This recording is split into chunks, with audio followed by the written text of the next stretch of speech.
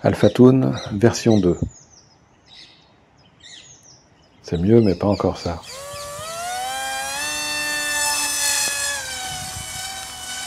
Beaucoup m'ont réclamé le plan. Certains ont entamé la construction. 2 ont déjà pris l'air, mais c'est loin d'être diffusable. Souvenez-vous de la première version. Ah putain.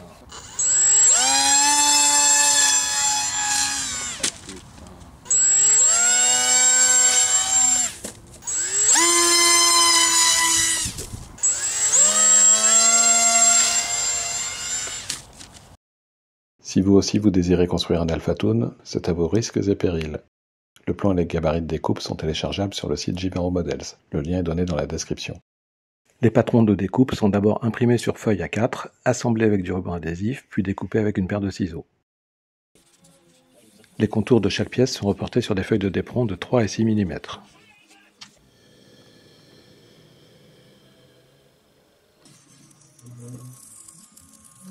Les pièces sont ensuite découpées les unes après les autres en suivant les tracés.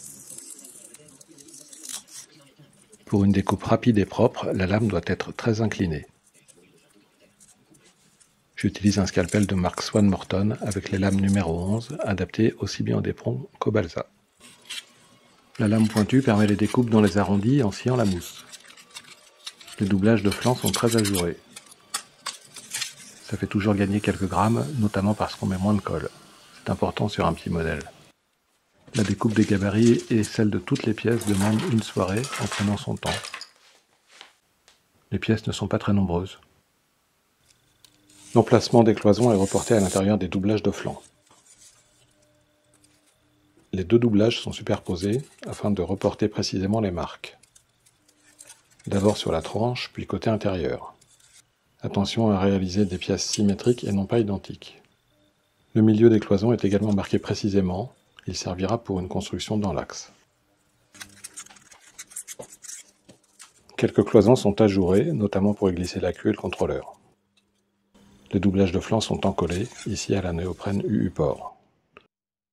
Une colle universelle qui n'attaque pas le d'éperon serait plus facile d'utilisation, permettant de repositionner les pièces si besoin. La colle est soigneusement étalée en une fine couche régulière. Le doublage est plaqué contre le flanc pour l'encoller à son tour, puis séparé aussitôt afin que le solvant de la colle s'évapore. Quand c'est sec au toucher, on plaque le doublage contre le flanc. Même étape pour l'autre, en symétrie bien sûr.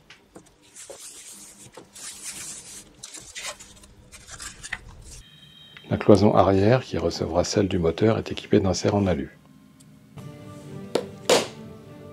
Ils sont enfoncés au marteau, puis noyés avec un congé de cyano et de poudre de microballon. La cloison est percée pour le passage du câblage et les têtes de vis du moteur. Les 2 cloisons seront vissées, ce qui permet le démontage pour la maintenance ou pour remplacer le moteur par un autre. La platine horizontale se glisse à l'intérieur de la cloison. Elle offrira une jonction solide à l'arrière du fuselage. Le collage s'effectue de préférence à l'époxy de composants. Le mélange est étalé parcimonieusement, puis les 2 pièces sont assemblées. Un congé de colle est déposé le long des raccords. Elles ne sont pas collées à 90 degrés, mais avec un léger angle cabreur. Les cloisons sont ensuite collées à l'intérieur d'un des flancs, bien alignées sur les tracés. Le deuxième flanc est encollé, puis plaqué contre les cloisons. Celle du centre dans un premier temps, puis celle de l'avant, en s'assurant que le fuselage est rectiligne. À l'arrière, de la colle époxy est déposée au niveau du support moteur. Attention à ne pas en mettre dans la fente prévue pour l'assise du stab. L'étambot est également encollé. Le support moteur est alors glissé entre les flancs dans le bon sens pour tenir compte de l'angle cabreur donné auparavant. Plaquez les flancs contre le support moteur avec du ruban adhésif durant le séchage. Après séchage, le stabilisateur est glissé dans la fente. Bien s'assurer d'une parfaite triangulation avant de le coller. On contrôle que la pointe des flancs est rectiligne avant de la coller. On ne le voit pas ici car j'ai oublié d'allumer la caméra, mais ce stab a été renforcé par un longeant en plate carbone glissé dans une fente à l'intrados. Un congé de cyano est suivi d'une petite pulvérisation d'activateur. Même chose dessus-dessous. Le coffrage supérieur sera collé après la dérive. Le longeron noyé dans la partie fixe de la dérive passe au travers du stab. On vérifie l'emplacement afin de découper la fente pour son passage. L'arrière de la dérive doit être en appui sur la cloison moteur et sa base doit reposer à plat sur le stab. Le coffrage supérieur se glisse sous la partie avant de la dérive. On trace puis on découpe la gouverne de direction. On voit bien ici le longeron vertical en plate carbone partant presque du sommet de la dérive et suffisamment éloigné pour laisser passer les charnières. Le bord d'attaque de la gouverne est coupé en V pour former la charnière. La base de la gouverne est recoupée en hauteur de 1 mm environ. Collage de la dérive, bien verticalement. Le coffrage est collé à la colle blanche ou à la colle universelle. La cyano ne conviendrait pas ici.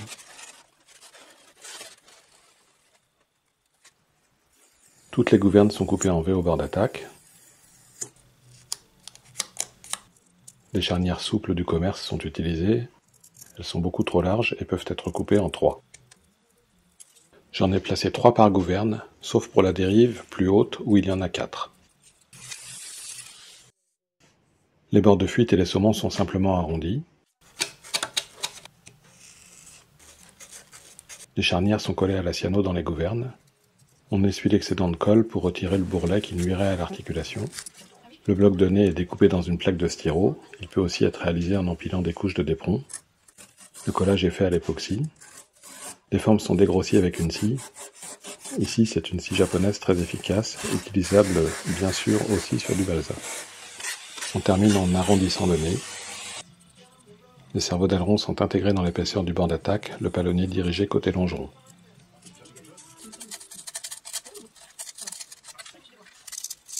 On ajuste la découpe au plus près pour que le cerveau entre légèrement en force. Le câblage est tendu avant d'être glissé dans une fente pratiquée à l'intrados jusqu'au centre de l'aile. Le câble est enfoncé délicatement. Le cerveau est immobilisé avec une goutte de colle au pistolet. La fente peut être masquée à l'aide de mastic léger, genre modèle light de la marque Deluxe. Des ouvertures supplémentaires ont été pratiquées dans le coffrage arrière pour visualiser le passage des gaines.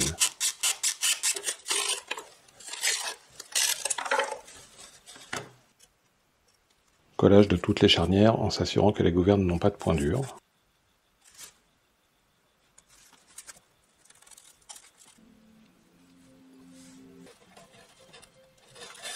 Les guignols proviennent du commerce, il existe différents modèles. J'aime bien ceux qui ont une assise large et qui prennent en sandwich la gouverne.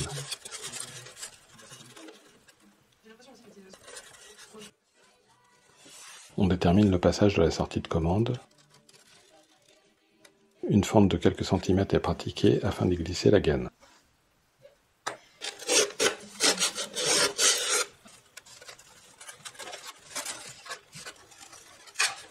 La cloison est percée à la demande pour que la gaine arrive au niveau du cerveau. Même chose pour l'autre gouverne. À cause de la flèche du stab, il faut 2 commandes de profondeur, reliées bien sûr sur le même cerveau.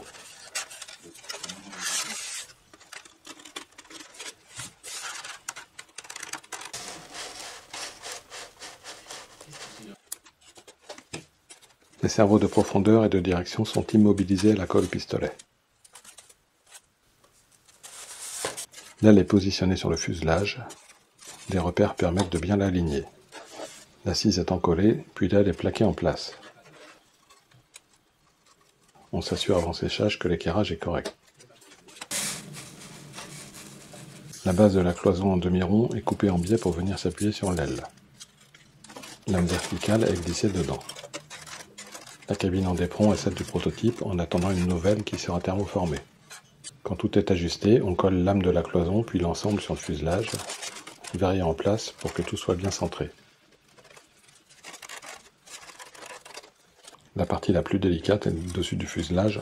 Les morceaux de d'éperon de 3 mm doivent être ajustés sur place. Ils sont dans un premier temps courbés dans les deux sens. Un rouleau à pâtisserie appuyé sur une surface souple rend l'opération sûre et facile. La partie arrière est coupée en biais.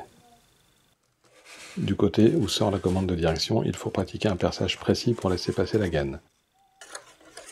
La commande passe à travers le flanc. Le coffrage s'effectue d'abord à l'avant, pratiquement à la verticale, sur la partie basse de la cloison et sur l'aile.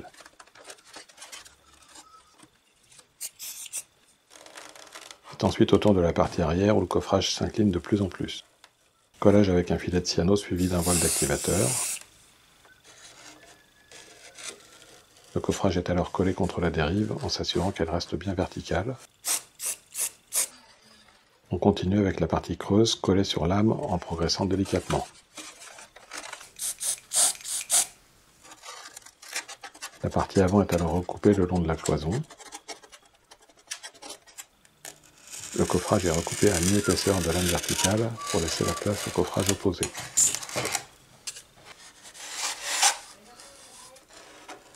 C'est au tour de la deuxième partie du coffrage en procédant de la même façon.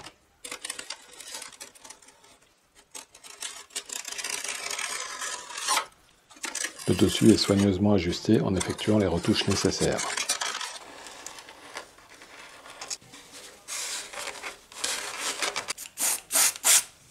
L'arête du coffrage horizontal est recoupée dans le prolongement du dessus du fuselage. Ponçage général pour adoucir les formes sur le dessus du fuselage, sur le haut des flancs, sur toutes les arêtes et pour s'assurer que la cabine se place toujours correctement.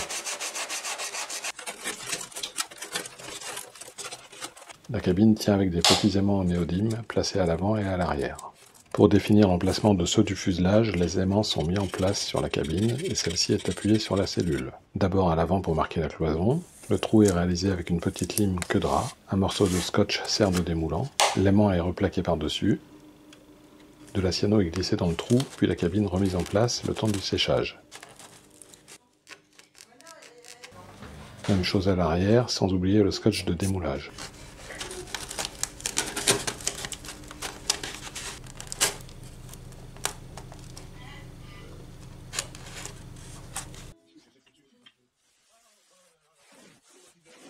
On passe aux tuyères assemblées à base de morceaux de d'éperon courbés.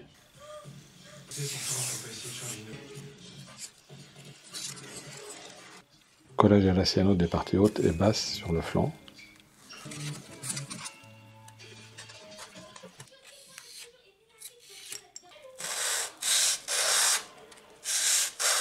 L'avant et l'arrière sont poncés pour recevoir des cloisons.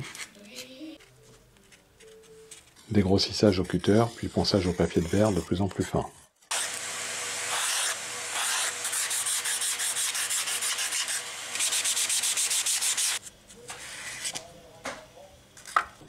L'emplacement du guignol d'aileron est tracé en face du palonnier.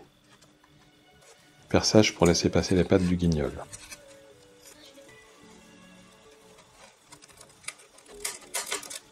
La platine supérieure est glissée au-dessus, puis l'excédent des pattes est recoupé. Avant peinture, le modèle équipé de ces cerveaux pèse 152 grammes.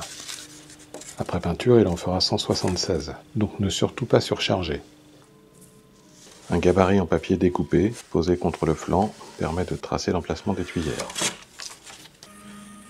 Ce gabarit est également utilisé pour tracer la déco.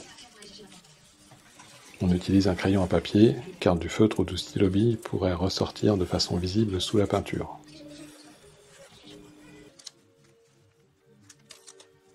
De nombreux masquages sont réalisés avec du scotch papier et des chutes de journal.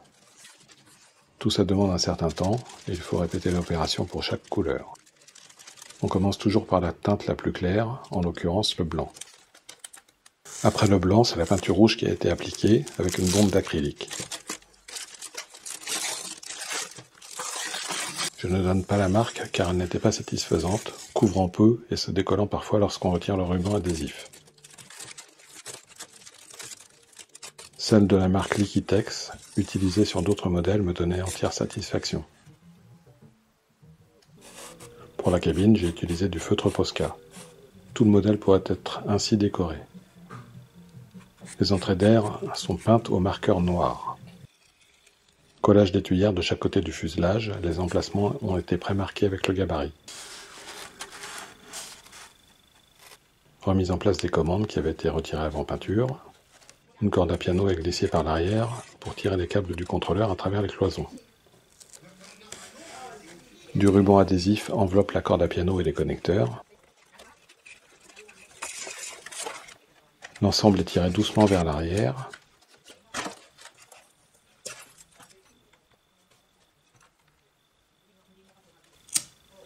Le moteur est branché sur les prises après s'être assuré que le sens de rotation est correct. De la gaine thermo recouvre les connecteurs qui ne devront pas se détacher lors d'un interro un peu brutal par exemple. Le moteur est fixé par l'arrière sur sa cloison, puis celle-ci est vissée contre le fuselage. Les autocollants de la patrouille sont imprimés sur du papier autocollant. Une couche de vernis transparent les protège de l'humidité. Découpe avec une paire de ciseaux au bout arrondi. Pas toujours facile de retirer le support papier d'un autocollant, même avec la pointe d'une lame. L'astuce consiste à utiliser un morceau de ruban adhésif côté support pour le décoller. Mise en place de la déco de chaque côté des flancs pour la touche finale. Voilà, l'Alphatoon est terminé, prêt à prendre l'air. N'hésitez pas à m'envoyer vos photos si vous le construisez.